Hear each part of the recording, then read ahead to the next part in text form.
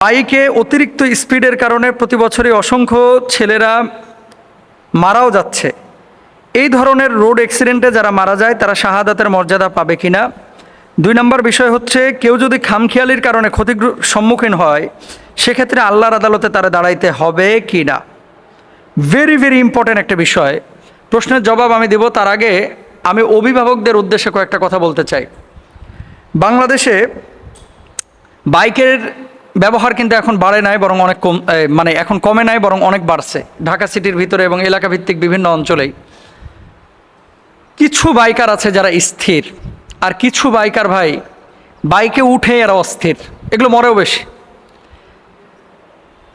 মনে রাখবেন, তাড়াহুড়া এটা শয়তানের পক্ষ থেকে, আর যে কোনো কাজে স্থিরতা এটা হচ্ছে আল্লাহ সুবহানাহু ওয়া তাআলার পক্ষ থেকে। আলহামদুলিল্লাহ সবাই বলেন। যে কোনো কাজে স্থিরতা এটা হচ্ছে আল্লাহ সুবহানাহু ওয়া তাআলার পক্ষ থেকে আসে, মানে এটা একটা বিশেষ গুণ। আর অস্থিরতা এটা শয়তানের পক্ষ থেকে আসে, ওয়াসওয়াসার কারণে হয়ে থাকে।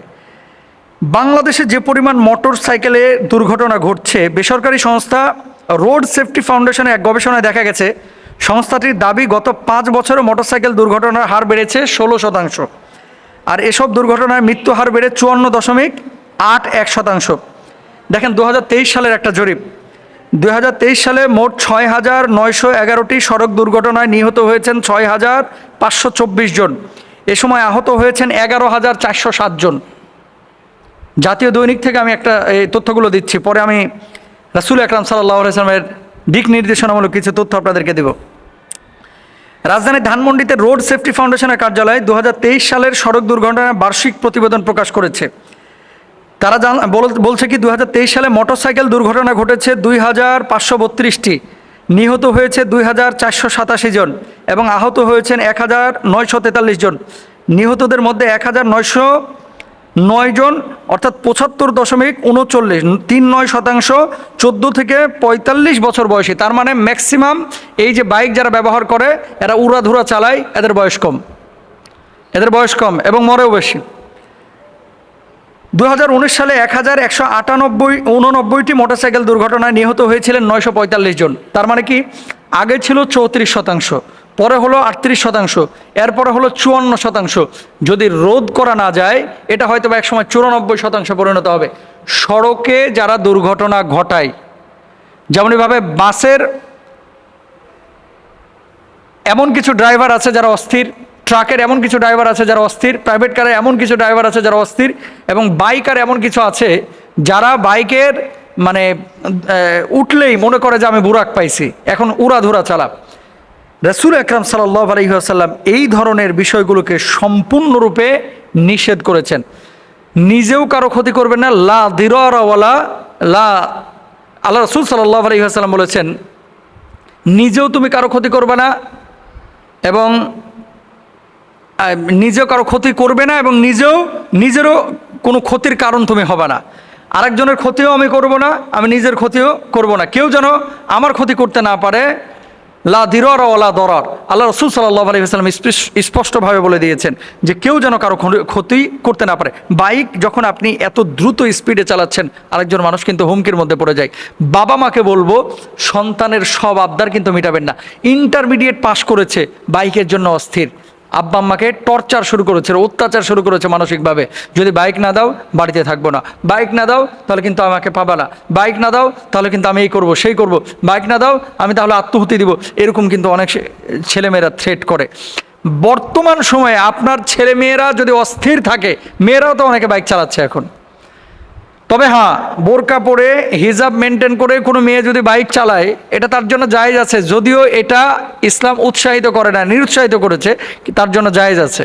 যদি হিজাব মেনটেন করে সে চালাইতে চায় জায়েজ আছে।